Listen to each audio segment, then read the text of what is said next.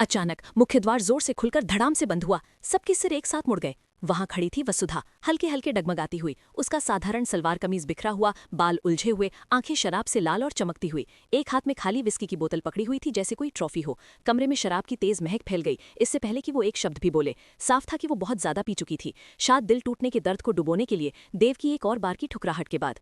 अरे वाह, पार्टी शार्टी चल रही है, वसुधा ने जोर से टूटी फूटी आवाज में कहा। उसकी आवाज संगमरमर के फर्श पर गूंज उठी। वो लहराती हुई आगे बढ़ी, एक वेटर से टकराई जिसके हाथ से कैनपे की ट्रे गिर गई। मेरा मेरा पति देव यहाँ है ना? मेरा पति कहाँ है? भीड़ में सिसकारियां उठी। चंद्रिका का चेहरा पहले सफेद पड़ गया, फिर हुस्सी से लाल। वसुधा, ये क्या बकवास है? अभी निकल यहाँ से, अभी! लेकिन वसुधा सुन ही नहीं रही थी। उसकी नजर सीधे देव और नंदिनी पर ठहर गई, जो साथ खड़े परफेक्ट लग रहे थे। उसके होठों पर कड़वी नशे वाली हंसी फैल गई। ओहो, देखो तो सही, देव प्लस नंदिनी इक्वल्स परफेक्ट जोड़ी। कैंडल लाइट, शैंपेन, नकली मुस्कानें, वाह! और मैं तो बस नौकरानी थी ना, जो दिल से प्यार करती थी पर पैसे की भूखी थी। उसने चंद्रिका की सख्त आवाज की नकल उतारी, उसे और भी बढ़ा चढ़ाकर। लालची वसुधा, झूठी वसुधा। देव आगे बढ़ा, जबड़े कसे हुए, आवाज कम लेकिन खतरनाक। वसुधा, बस कर, तू खुद को शर्मिंदा कर रही है और हमें भी। शर्मिंदा? वसुधा हिस्टेरिकल तरीके से हंसी। आंसू और शराब की लाली उसके गालों पर मिल गई। वो कोने में लगे कपल फोटो सेटअप की तरफ लपकी। वहां चौहान लेगेसी का बैनर, फूल और देव नंदिनी की हाल की शूट की फ्रेम तस्वीर। ये लेगेसी, ये सब झूठ है।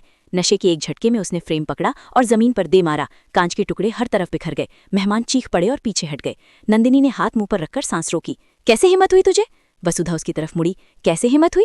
तू तू यहाँ क्या कर रही है? मेरी जगह ले रही है? देव मेरा है, मेरा पति। उसने कांपते हाथ से देव की तरफ इशारा किया। तूने मुझे बाहर फेंक दिया क्योंकि मैंने पैसे चुने? अरे मैंने तो तेरी माँ से डील की थी, 15 दिन में तुझे वापस भेज दूंगी, पर तूने मुझे सच में छोड़ दिया। चंद्रिका तेज कदमों से आई, आंखों में आग। बस सिक्योरिटी? लेकिन वसुधा अभी खत्म नहीं हुई थी। उसकी नजर बीच की टेबल पर रखी शैंपेन टावर पर पड़ी, चमकती गिलासों की ऊंची पंक्तियां। वो पागलों की तरह मुस्कुराई और दौड़ी। नए शुरुआत की जय हो। उसने पूरी ताकत से टावर को धक्का मारा। वो डगमगाया, फिर जोरदार धमाके के साथ गिरा। कांच, झाग और शैंपेन की चमकदार बारिश हर तरफ बिखर गई। मेहमानों के डिजाइनर कपड़े भीग गए।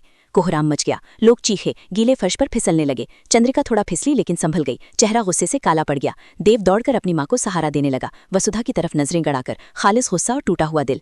वसुधा उस तबाही के बीच खड़ी थी, सांसें तेज, बोतल अभी भी हाथ में। एक पल के लिए सन्नाटा छा गया, सिर्फ शैंपेन के टपकने की आवाज और दूर का संगीत। फिर उसने सीधे देव की आंखों में देखा, आवाज नशे में टूटती हुई। मैंने तुझसे प्यार किया था देव, सच्ची वाला प्यार, पर अब सब बर्बाद हो गया। आंसू बहने लगे। हैप्पी पार्टी सबको, मेरे बिना अपनी परफेक्ट लाइफ एंजॉय करो। वो मुड़ी और दरवाजे की तरफ लहराती चली गई। देव ने एक कदम उसकी तरफ बढ़ाया, हिचकिचाहट भरा, टूटा हुआ, फिर रुक गया क्योंकि चंद्रिका ने उसका हाथ कसकर पकड़ लिया। उसे जाने दे देव, उसने अपना फैसला कर लिया। नंदिनी ने अपने गाउन से शैंपेन की बूंदें पहुंची और फुसफुसाई, ये पागलपन है। वसुधा दहलीज पर रुकी, एक आखिरी बार पीछे मुड़ी। उसकी और देव की नजरें मिली। कच्चा दर्द, पछतावा, वो प्यार जो मरने का नाम नहीं ले रहा था। फिर वो रात के अंधेरे में गायब हो गई, पीछे छोड़कर बिखरे कांच, स्तब्ध सन्नाटा और एक फैमिली इवेंट जो हमेशा के लिए बर्बाद हो चुका था। चौहान लेगेसी, आज रात वो थोड़ा सा टूट गया, लेकिन असली तूफान वो तो अभी शुरू हुआ है। आपको क्या लगता है, क्या देव उसके पीछे जाएगा या ये उनकी लव स्टोरी की आखिरी कील साबित होगी?